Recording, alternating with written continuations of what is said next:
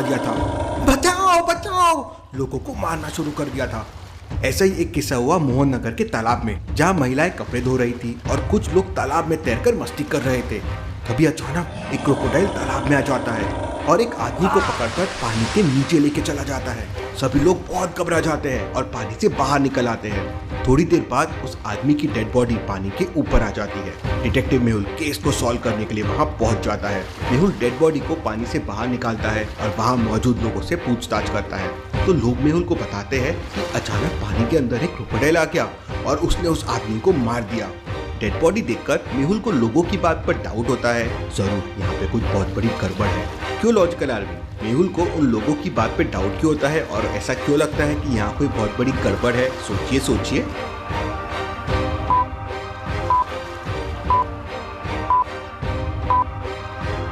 Crocodile इंसानों को कच्चा चबा जाते हैं, तो फिर उसने इसकी डेड बॉडी को छोड़ क्यों दिया? इसलिए मेहुल को लगा कि यहाँ पे कोई बहुत बड़ी गड़बड़ है, वरना उस क्रोकोडाइल ने इसकी बॉडी को खाया क्यों नहीं? मेहुल उस आदमी की डेड बॉडी को अपनी गाड़ी में रखता है और डॉक्टर संजना की लैब में जाने के लिए निकल पड़ता है। रास्ते में एक चोर एक महिला का पर्स छीन के भाग रहा था। मेहुल उसे देख लेता है, लेकिन अपनी गाड़ी नहीं रोकता और आगे निकल जाता है। तो क्या आप बता सकते हैं लॉजिकल आर्मी, मेहुल ने इस चोर को क्यों नहीं पकड़ा? सोचिए सोचिए।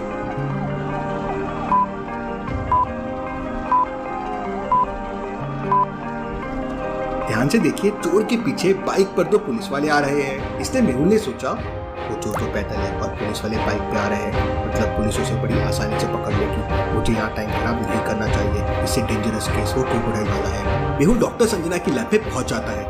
डॉक्टर संजना डेड बॉडी का पोस्टमार्टम करने लगती है।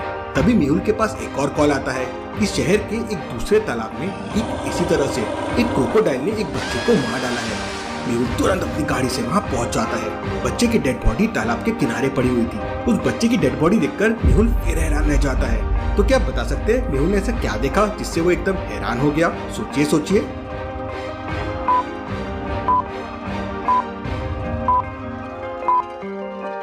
ध्यान से देखिए, इस बच्चे को भी क्रोकोडाइल ने ठीक उसी तरह मारा था जिस तरह पहले आदमी को मारा था। दोनों के गले पर चोट के निशान हैं और इसके अलावा पूरी बॉडी पर और कोई भी निशान नहीं है, और दोनों को क्रोकोडाइल ने खाया नहीं। ऐसा कैसे पॉसिबल है? ये क्या चक्कर है? क्रोकोडाइल केवल गले पे हमला कर रहा है और पूरी बॉडी सेफ है। जरूर कोई बहुत बड़ी गड़बड़ है। मेहुल एक नाव की मदद से सारे तालाब में छानबीन करता है, पर उसे कुछ भी हाथ नहीं लगता।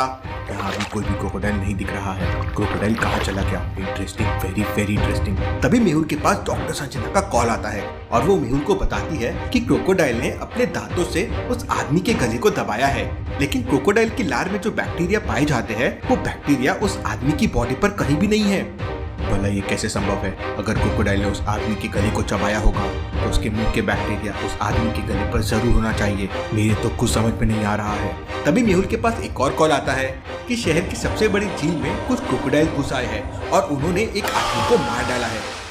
मेहुल तुरंत अपनी गाड़ी से अपने घर की तरफ निकल पड़ता है। मुझे अब की बार पूरी तैयारी के साथ जाना होगा। इस बार मैं क्रोकोडाइल को जरूर पकड़ लूंगा। मेहुल तुरंत अपने घर पहुंच जाता है। मेहुल अपने घर के अंदर जाता है और एक लोहे का जाल, रस्सी और गन लेकर अपनी गाड़ी से झील के पास पहुंच जाता है। वहां पहले से बहुत सारे लोग जमा थे। मेहुल वहां मौजूद लोगों से पूछताछ करता है तो एक आदमी बताता है, अचानक झील में बहुत सारे क्रोकोडाइल दिखने लगे और देखते देखते उन्होंने एक आदमी को मार डाला। मेहुल झील के किनारे जाकर देखता है तो उसे रेत पर क्रोकोडाइल के पैरों के निशान दिखाई देते हैं। Interesting, very very interesting. इस बार तो मैं क्रोकोडाइल को जरूर पकड़ लूंगा। क्यों लॉजिकल आर्मी? मेहुल ने ऐसा क्या देखा जिससे उसे लगा कि वो क्रोकोडाइल को पकड़ लेगा? सोचिए सोचिए।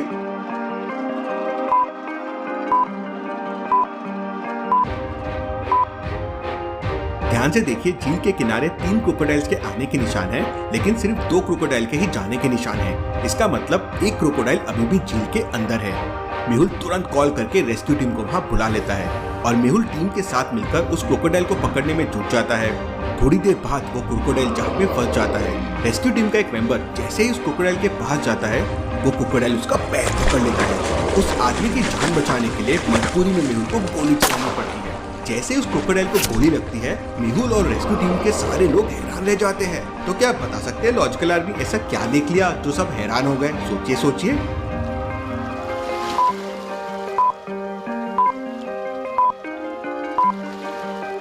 गोली लगने के बाद क्रोकोडाइल की बॉडी से ब्लड की जगह ब्लैक लिक्विड निकल रहा है।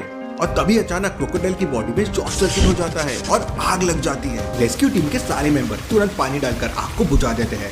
मेहुल उस क्रोकोडाइल के पास जाकर उसे चेक करता है तो दंग रह जाता है। वो क्रोकोडाइल नकली था और उसकी सारी बॉडी प्लास्टिक और मेटल से बनी हुई थी और वो एक रोबोट की तरह काम कर रहा था। इसका मतलब कोई क्रोकोडाइल जैसे दिखने वाले रोबोट बनाकर लोगों को मार रहा है, पर ऐसा तो कोई बहुत बड़ा साइंटिस्ट या इंजीनियर ही कर सकता है। तभी मेहुल के पास भूल-भुलैया साइंटिस्ट का कॉल आता है और वो तुरंत उसे मिलने के लिए बुलाता है। मेहुल अपनी गाड़ी से निकल पड़ता है। भूल-भुलैया साइंटिस्ट ने अपनी लैब तक पहुंचने के लिए एक भूल-भुलैया बना रखी थी। तो क्या आप बता सकते हैं कौन सा रास्ता भूल-भुलैया साइंटिस्ट तक जाता है, ए, बी या सी? सोचिए लॉजिकल आर्मी और मुझे आपका आंसर कमेंट करके बताएं।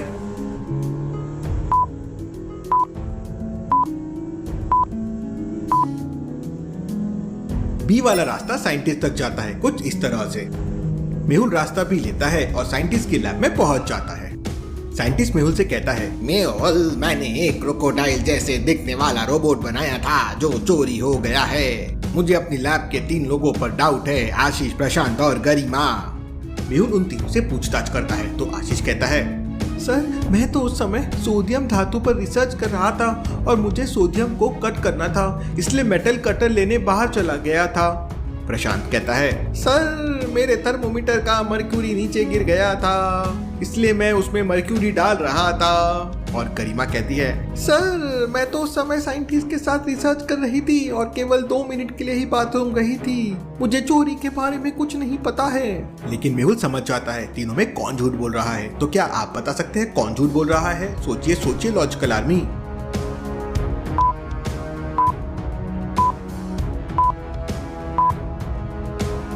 आशीष झूठ बोल रहा है क्योंकि सोडियम धातु बिल्कुल सॉफ्ट होता है तो उसे चाकू या ब्लेड से भी काटा जा सकता है, तो फिर उसे मेटल कटर की क्या जरूरत पड़ी? यही मेहुल समझ जाता है और उसे पकड़ लेता है। तो पूछताछ करने पे आशीष बताता है कि एक आदमी ने उसे 1 लाख रुपए दिए थे और इसलिए उसने वो क्रोकोडाइल जैसा दिखने वाला रोबोट उसको चोरी करके दे दिया। मेहुल आशीष से उस जगह का एड्रेस पूछता है जहाँ पर उसने ये रोबोट उस आदमी को दिया था और मेहुल उस बिल्डिंग में पहुंच जाता है। उस बिल्डिंग के सारे दरवाजे खुले हुए थे लेकिन एक दरवाजा पासवर्ड से लॉक था। ये वाला दरवाजा पासवर्ड से लॉक है, जरूर वो आदमी इसी के अंदर होगा। लॉजिकल आर्मी, क्या आप डोर को ध्यान से देख के बता सकते हैं उसको खोलने का कोड क्या होगा? सोचिए लॉजिकल आर्मी।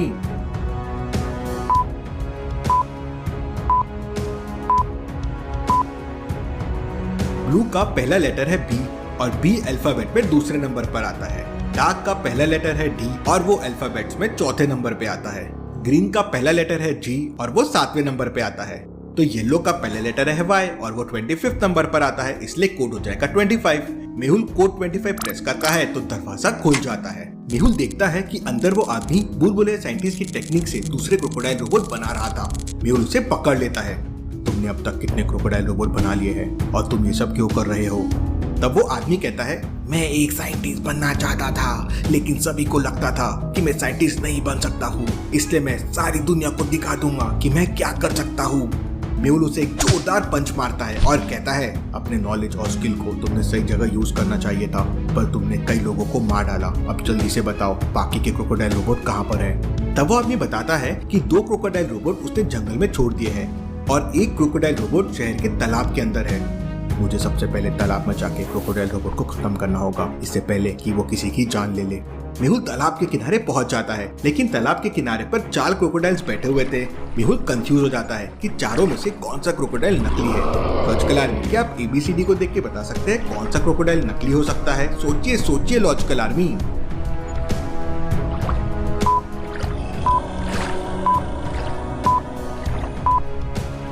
तीसरे वाले क्रोकोडाइल के दांत देखिए, वो काले हैं जबकि बाकी तीनों के दांत सफेद है। इसका मतलब तीसरा वाला क्रोकोडाइल ही रोबोट क्रोकोडाइल होगा। मेहुल अपनी पिस्तौल निकालता है और उसे गोली मार देता है। गोली लगते ही क्रोकोडाइल रोबोट के अंदर शॉर्ट सर्किट हो जाता है और वो जलकर राख हो जाता है। इस तरह के रोबोट लोगों के लिए खतरा हो सकते हैं, इसलिए इन्हें खत्म करना ही सही होगा।